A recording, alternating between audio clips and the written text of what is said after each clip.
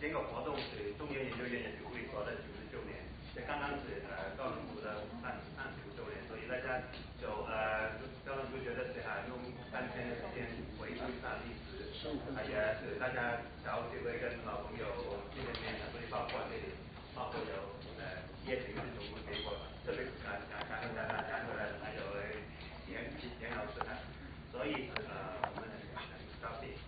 所以今天呢，我们会因为有国外的参与者，所以我们就用英文嘛就是也代表我们的这个领域可能是国际化的。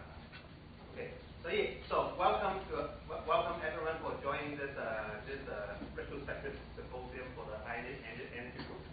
So it's a 35th anniversary for us, and then we find it a good occasion to gather our alumni around and celebrate and to look back and then to plan ahead as well. Okay. So our first talk would be from one of our founding fathers, Li世昌, who would discuss the history of the ionizing program. It's followed by the theory. Okay.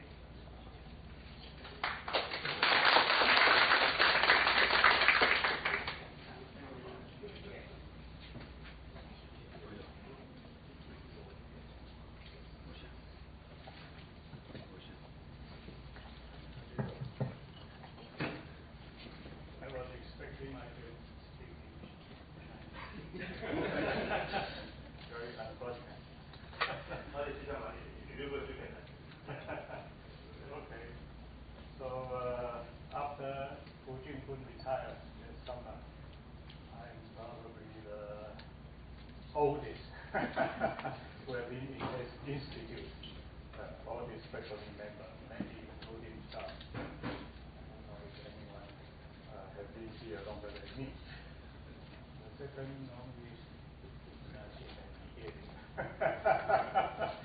have been associated with my previous group. Yeah. Okay, so it seems that it's good for me to talk about history. But unfortunately, I did not inherit a good trait from my father. My father has a very good memory of time sequence of events. And the other persons I met with this kind of capability is Senking and Dayu. But I did not inherit this trait from them. And so, in that sense, it's not good for me to talk about history. Anyway, if anyone knows, can correct me, okay, whatever I said something wrong. So this is just a chat. So I didn't prepare any slide. Because, as I said, I didn't have a good memory of time sequences. I always look ahead. If I have a choice, I would prefer to tell you my presentation to Dalai Lama last Thursday. They will tell you what I'm working on now.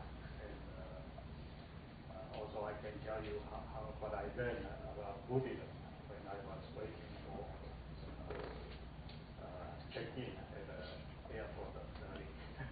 We missed the flight connection of China Airlines, so we had to wait at the airport for 10 hours or something. Okay, anyway, during that time I studied some Buddhism, emptiness, very interesting. Okay, so let me report to you first some early days of my return to Academia Sinica. Leon Degerman, who passed away this year, I think. Leon Degerman passed away on October 3rd. He visited Academia Sinica in summer of 1984, invited by Dayu Wu on his way to have opening of construction of the ETC ceremony. He was invited, I think, to that ceremony. And so Dayu Wu asked me to accompany Leon and wife, I think he has a new wife, just married a few years, accompany him. And Sayu asked me to accompany them to Toronto, okay, and stay there for one night. And Leon likes to walk in trail. So he said, just find some trail you can walk. And so during this visit, when I accompanied them, sometimes we talk about physics. I don't remember much. I only tell you one thing I remember. So because Leo found the quark, okay. At least at first he saw some bump. Okay. So I asked him what's the prospect of looking for fourth generation quarks. And his answer was, his reply was very interesting. He said, if you want to look for fourth generation, you should look for leptons. Fourth generation leptons, because a lepton has like a mass. So that's one thing I remember the conversation with them. Okay. And okay, then the other in early days, in 1986, because of Leon visit, so in 1986, I had returned to Taiwan for 2.5 years. So during that time, you are entitled to go abroad for 进修 recharging, okay, for a year. So I applied for that and just wrote to Leon, and so I went to Trinidad. I thought at that time, once in my lifetime, I should do something on knowledge. And so I went to Trinidad, and there I met Xiong and Lu Jinjiao, and collaborated with Zhang Daoqi from Minlunshuo Institute of Theoretical Physics, I think, from Beijing. Anyway, that's probably the first collaboration between Taiwan and China. Okay, so these are the early stage. When I came back in 1987, Taoqi, unfortunately, this is not a good year. Taoqi also passed away this year, okay, May 8th. Taoqi was very active in organizing user meetings to try to organize some teams to participate in high-energy particle experiments. And the first experiment we managed to get supported and shown is the fixed target experiment by Genji Peng. It's on China's BTK. I think it's a good experiment, a fixed target experiment for me there. And PK from here. PK, my colleague PK Deng Wingkun shown this experiment. And so the other experiment Taiwan participate is not as a team but individual. We have Augustine Chen from the Nipon from National Central University. He came back from Cornell and then joining free. And also at NTHU, Tsinghua University, Professor Ye. And so from 1990 to 1993, I was program director at National Science Council. And so sort of I approved this experiment. And during that time, it's the first I met 17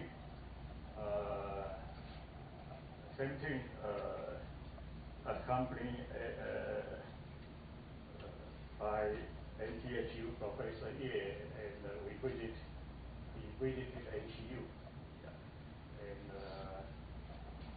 I was there as a program director, so that's the first time, because they want to propose to build, develop and build silicon detector for L3.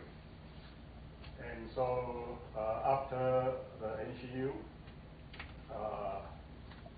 Roberto participant, who worked with same team also for a long time. Later, we have collaborated in ASS. Roberto participant, he is currently the head of the Italian Space Agency. So at that time, I think. What? Yeah, but he's probably the longest head, and Napoli jail. Okay, previous head probably Napoli jail, but like the president of Korea. But anyway, I think he's still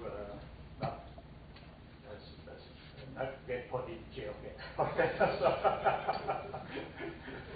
Anyway, so that's the first time. So I think same thing arranged Roberto participant to talk to me about this silicon project. So that's the first time I met it, and so I have to, as a program director, I have to learn silicon detector. So I take some time to look into this silicon detector. Okay, so these are very early days. And then also in 1990, SCS sort of in trouble. And so they need more international cooperation. And so TDE came to Taiwan and talked to Li Chongdao. Li Chongdao passed away in 2016, May 16th. So I worked with TDE and Li Chongdao for 2 years intensively. From 1991 to 1993 for Taiwan to join SSC. So TDD and Li Chongdao were trying to persuade Daewoo for Taiwan to join SSC. But you know, the Daewoo actually, I think he is not.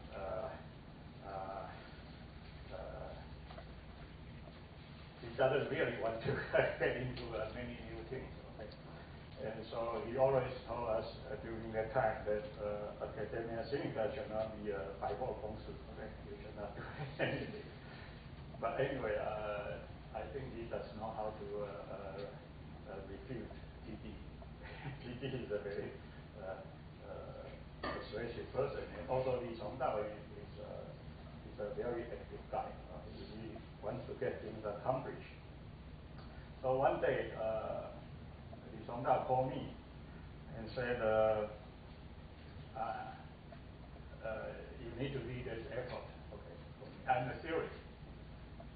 But I was also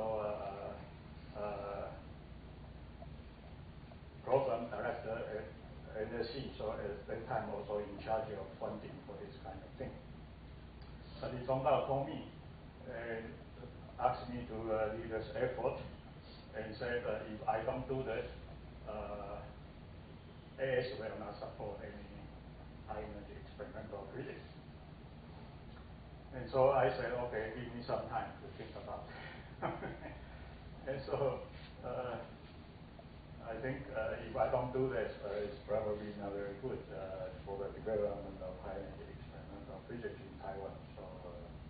So after a couple of days, I told Li Chongdao that, okay, I'll do this. And so he sent me to Columbia. I think it's TDV's idea. Okay. How do you make a theorist into an experimentalist? And so I think it's in 1991, January or February. So I flew to Columbia, and I go into TD's office, and he sat in his chair, and I just sat opposite, and he started to give me a lecture. Okay. And he said, okay, look, he's Leon Lederman, head of Fermi Lab from Columbia. Nick Samuel, head of Brookhaven, also from Columbia. Same thing from Columbia, and many his research in particle physics, experimental physics are from Columbia. Okay. He said, how do I do it? He said, you have to look at important projects with great potential of good discovery, great discovery, and then you put your name there. Okay. Okay. And so one example is SSC. So you have a gem and SDC2 detector group, and the leader of gem, Bill Willis, is from Columbia. And so he asked Bill Willis, after this lecture, he asked Bill Willis to take care of me. So Bill Willis took me to the Navy staff, to a Navy staff first. And the only thing I remember is that the word he said. He said, we have a very good IC designer called CPEC. He can design a very good IC, okay. And many good experimental physics came to Columbia because of this engineer. So that's of course, there are many things he said, but this is the only thing I remember impressed me very much. Okay, he said, good experimental physics come to Columbia just because of this guy, engineer. So you see that I realize engineering is a very important part of particle physics experiment. Then he took me to Brookhaven and asked the head of instrumentation. It's called Vatican, with the bald head. I cannot remember his first name. So he asked this head to show me the Brookhaven lab.